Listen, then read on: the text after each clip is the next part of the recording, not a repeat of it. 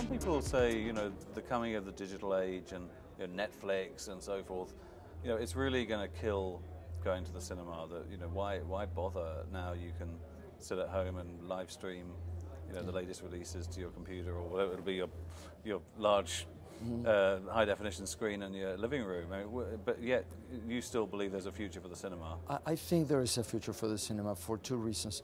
First, the social element of going to the movies.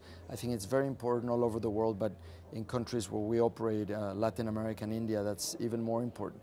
And people appreciate, going out from their homes and going to a, nice, large, air-conditioned auditorium. So we think the social element is very important.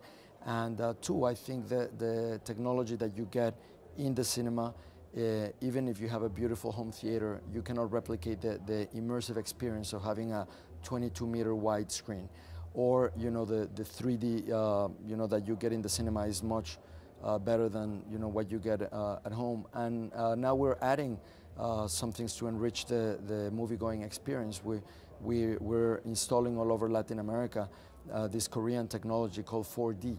4D, which means that films that already come in 3D, we add seats that have motion, in 6 different movements, vibration, wind, smell, scent, water.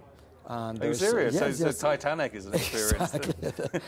And teenagers love it, but, right. but for high, productions, big blockbuster action films, it's a wonderful immersive experience. So this is kind of, I guess, the next IMAX, is it? In the sense of the phenomena in the viewing industry. Yes, it's something that in the past some theme parks used to have, but now it's with big blockbuster films, and we're having it all over Latin America with great success. People are willing to pay a premium to watch films in 4D. Yeah, because I went to Disney World and saw some of the 3D there, and they squirted water at us at various points, but it was fairly, it was a small part of the overall experience, but this is throughout the whole film. Movie. Throughout the whole film, and they keep enriching it with laser beam and with fog, and there's bubbles, so there's a bunch of things that are coming up. And that's big in Korea, is it? It's big in Korea, it's a Korean technology, and we have it in exclusivity for Latin America and India as well.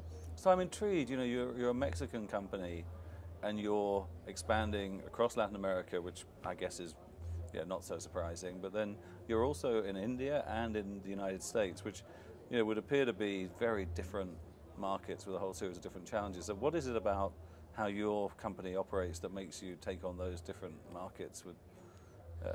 Well, we're always looking at new markets to grow. So even though India is so far from Mexico, where we're based, we thought that it's one of the most interesting markets for modern cinemas, because Indians have a deeply rooted movie-going culture, and they also are a powerhouse in film production. They produce over 1,000 films each year among the different regional film industries within India. And on the other hand, there weren't enough modern multiplexes, so we thought there was the perfect mix of a big business opportunity, and even though it's been challenging, adapting to the Indian business culture and learning the Indian ways, it's paid off. And right now we're present in about 10 cities, and this year we're going to open around 100 additional screens just in India. And then the U.S.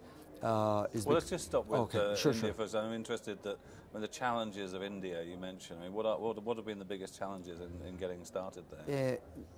One of the biggest challenges is that at first, they thought, having a Mexican exhibition company coming to India, the real estate developers, the mall developers were a little bit uneasy with the concept, because Mexico is as exotic to Indians as Indians are exotic to Mexicans.